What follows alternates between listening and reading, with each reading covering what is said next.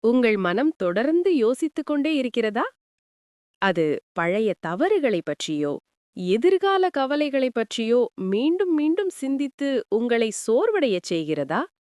நீங்கள் தனியாக இல்லை. அதிகப்படியாக யோசிப்பதை தடுக்க சில எளிய வழிகள் உள்ளன. எண்ணங்களை எழுதிவிடுங்கள். ஜர்னலிங். உங்கள் மனதில் உள்ள அனைத்து எதிர்மறை எண்ணங்கள், கவலைகள் மற்றும் பயங்களை ஒரு பேப்பரில் எழுதுங்கள். அதை மனதிலிருந்து வெளியேற்றும்போது அதன் சக்தி குறைகிறது. நிகழ்காலத்தில் வாழுங்கள். மைண்ட்ஃபுல்னஸ்.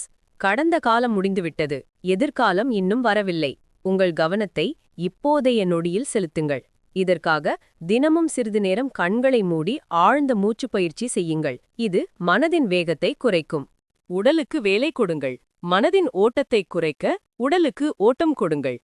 தினசரி உடற்பயிற்சிகள், ஜாகிங் அல்லது யோகா ஆகியவை மன அழுத்த ஹார்மோன்களை குறைத்து உங்கள் சிந்தனையை ஆரோக்கியமான வழியில் திசை திருப்பும். செயல்படத் தொடங்குங்கள். ஒரு விஷயத்தை பற்றி முடிவில்லாமல் யோசிப்பதற்கு பதிலாக அதை சரி செய்வதற்கான முதல் சிறிய நடவடிக்கையை எடுங்கள்.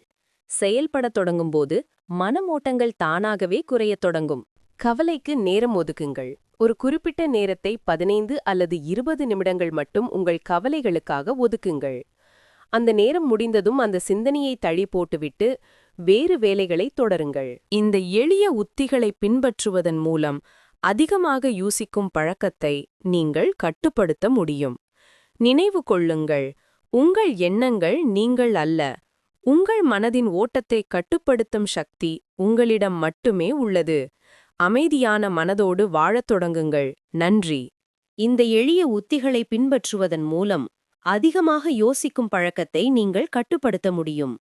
நினைவு கொள்ளுங்கள், உங்கள் எண்ணங்கள் நீங்கள் அல்ல. உங்கள் மனதின் ஓட்டத்தை கட்டுப்படுத்தும் சக்தி உங்களிடம் மட்டுமே உள்ளது.